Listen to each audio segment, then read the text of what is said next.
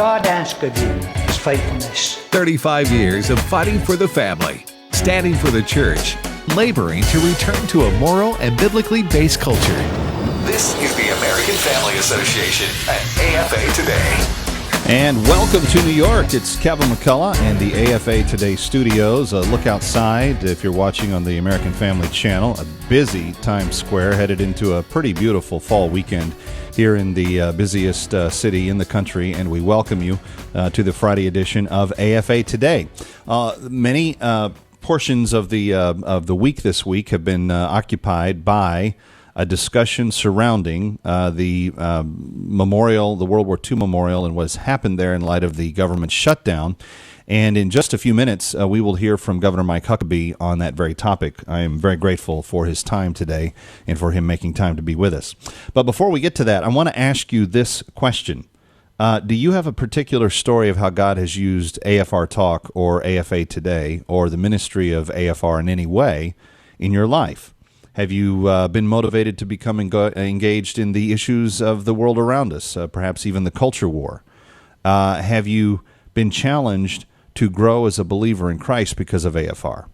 What encourages you the most about AFR Talk, what we do here every single day, trying to do all that we can to alert you to the truth of what's going on?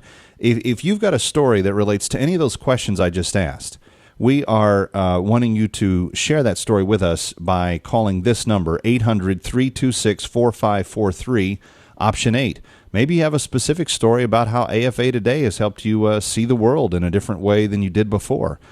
Please call this number and share your story with us, 800-326-4543, and push option 8 when you get the answer, 800-326-4543. 800-326-4543. Now, and you might even hear your story during our Share-a-thon event, October 22nd through the 24th.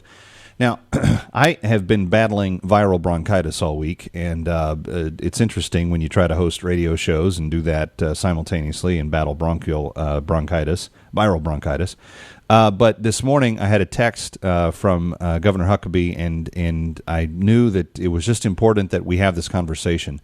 I had asked him yesterday, would you mind coming and talking to us about your thoughts about the World War II memorial? I think that this is a scandal. I think it's a scandal of pretty significant measure, and I'm disappointed in our government and in the people that have been put into leadership as to how this entire issue has been handled. So I wanted to get his perspective on it, and we had the chance to sit down just moments ago, just before we went on the air. His time did not allow him because he's actually on radio himself at this very same time. So we had to have this discussion this morning. But Governor Mike Huckabee, right here for the AFA Today audience, discussing with yours truly, Kevin McCullough, what the World War II memorial controversy seems to all stem around. So we will roll that tape and let you hear that right now.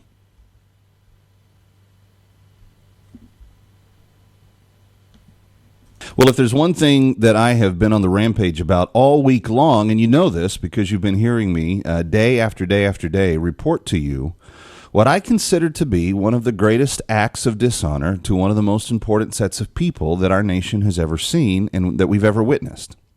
And there's lots of excuses for why it's happening. There's lots of excuses about why we have to somehow disallow and disrespect World War II veterans from being allowed to visit, see, stand, and look at a memorial that was built in their honor by your tax dollars. And someone here who is also equally disturbed by this and is doing something about it is Governor Mike Huckabee. You know him from his radio shows, the Mike Huckabee Show, the Huckabee Report. You also see him weekends on Fox News, still the number one rated news television content show in all of the weekend, and he joins us now. Governor Huckabee, welcome back. Kevin McCullough, glad you're here. Well, thanks, Kevin. It's great to be back with you. And man, I agree with you. The fact that we're showing not just disrespect, but it's really like a contempt for these veterans, people who are on average age 91, most of whom are in wheelchairs or walkers, to go to the memorial that pays tribute to the fact that they secured our freedom. And without them, we'd be speaking German or Japanese. And here these guys travel thousands of miles, It is an ordeal for them to travel, and only to get up there and find some phony barricades that are arbitrarily put up in an outdoor pavilion that doesn't need to be closed because there's nothing to technically open. There's not a toll booth. There's not a turnstile. There's not a door. It's an outdoor pavilion. It's like trying to put drapes over the Washington Monument so nobody can see it. And in essence, well, that's the perfect illustration because, Governor, maybe you can confirm this for us. To your knowledge, has there ever been unremovable barricades around this monument in Washington, D.C. since it's opened? To my knowledge, no. And in fact, the other day I was talking to Senator Rand Paul, who made an astute observation. He said, we've got more people trying to keep World War II veterans out of their own memorial than guards were posted in Benghazi the night of the murders. That is a very that's a harsh blow, but it may be one that's very fair. Let me ask you about the shutdown in general, because this is what's being blamed for everything. Where do we find the money to have barricades installed? Then we figure out, well, they can just move them and they're going in. So then we send people back to chain them together. And I heard that they've even put sandbags to reinforce the unaccessibility to the monument. How is the government explaining its expenditure on this when supposedly the government is shut down? Well, as absurd as it is, they've said, oh, well, we've closed these because since we're not at work, it could be that somebody might try to vandalize it. We may not have someone on hand to do CPR. I'm thinking, what a lame excuse. Are you telling me that at 3 a.m. you've got people there, you don't barricade it then? So if vandals can get in then, they can get in now, and if they can get in now, they can get in then. There are plenty of good excuses. And by the way, can you imagine that if there were a call for saying if volunteers would just come out and kind of post themselves at the memorial, you would have hundreds of people who would be willing to show up 24/7? But again, it's a fake excuse. It's a fake crisis. But it's real pain and real inconvenience to the people who don't deserve to be inconvenienced just because President Obama is incapable of sitting down, working with legislators, because that's hard work. Believe me, I know I've done it as a governor. It's a lot easier to go out and make speeches and demonize your opposition and to try to rally up your own side without understanding that isn't going to help you resolve the crisis with the people who don't agree with your plans.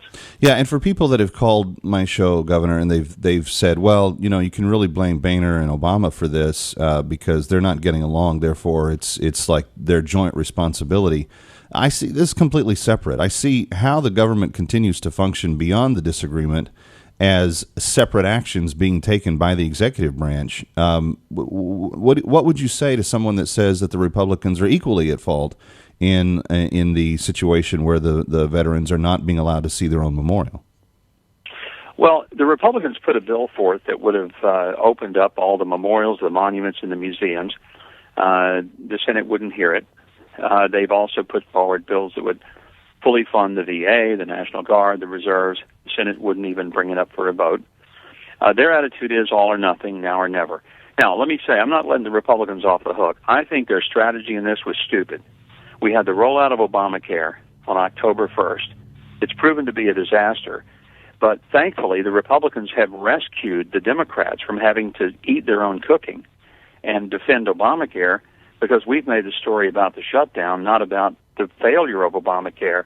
And I think that was a huge tactical error when we should have been putting leverage on the debt ceiling, because on that issue, we have Barack Obama's own words when he said back in 2006 that to raise the debt ceiling was irresponsible and unpatriotic. Right.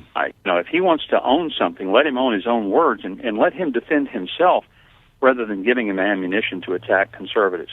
Well, and that debt ceiling crisis is 13 days away. So from where you sit, and again, you've never served at the federal level, but as a governor, you had very similar perspectives on things, being an executive. What happens here in the next 13 days? Well, what should be happening all along is there should have been a very thoughtful and thorough discussion of these matters behind closed doors, the president grinding it out with people that he may not like. That's not the point. You don't get to like the people you do business with. I had 90% Democratic legislators that I worked with in Arkansas, and if I'd gone out on the stump every day and demonized them, telling how horrible they were, but never sat down with them, I can assure you, nothing ever would have resulted. And there were some tense times. They didn't always like me, for heaven's sakes, but we made things work, and we did it because, there was never a week that went by I didn't meet with the leadership of the House and Senate, and during session, we met once a day, sometimes 2 and 3 times a day, whether we enjoyed it or not. And that's how you build consensus, and it's how you work through differences. You don't do it through the front pages of the newspaper and on the lead stories of television or on platforms where you're speaking to a hometown crowd of people who already love you. And that's all this president has done in between games of golf. Yeah. We're speaking with Governor Mike Huckabee, and the reason that I've asked him on is because he's spearheading a response mechanism to the World War vets being kept out of the World War II memorial. And again, if you're just hearing this for the first time, which you shouldn't be because it's been front page news now for about 3 days, but if you are, that is what's happening. The administration is instructing the National Park Service, according to the National Park Service spokespeople's own words, they are getting direct instructions from the White House to see to it that the World War II Memorial, which is an open-air area, you can walk any other time, rest of the year, you can just walk through it anytime, day or night. There's no one there to monitor it, no one there to watch it. You can just walk up to it. Still, my favorite memorial of all of them that are in Washington. And these honor flights are coming in, bringing in World War II veterans that we're losing at an incredibly rapid rate. There are not many of them left, and they are letting them see a memorial that was built in their honor. The president has expressly chosen to keep them out because he's not getting his way on the Obamacare issue. And Governor Huckabee, you've spearheaded a response. Talk about Let a Vet In and what you're hoping to accomplish through it. Well, I appreciate the opportunity to tell people we've got a website called letavetin.com, and we're asking people to join us on a petition. We're going to urge the president and the leadership of the House and Senate, quit playing with veterans. If you want to fight with each other, fight with each other. But don't take these men who are in their 80s and 90s and make them stand outside of a barricade and not even get to see the memorial that their blood built. These are the people who stormed Normandy's beaches. These are the ones who dug in at Iwo Jima.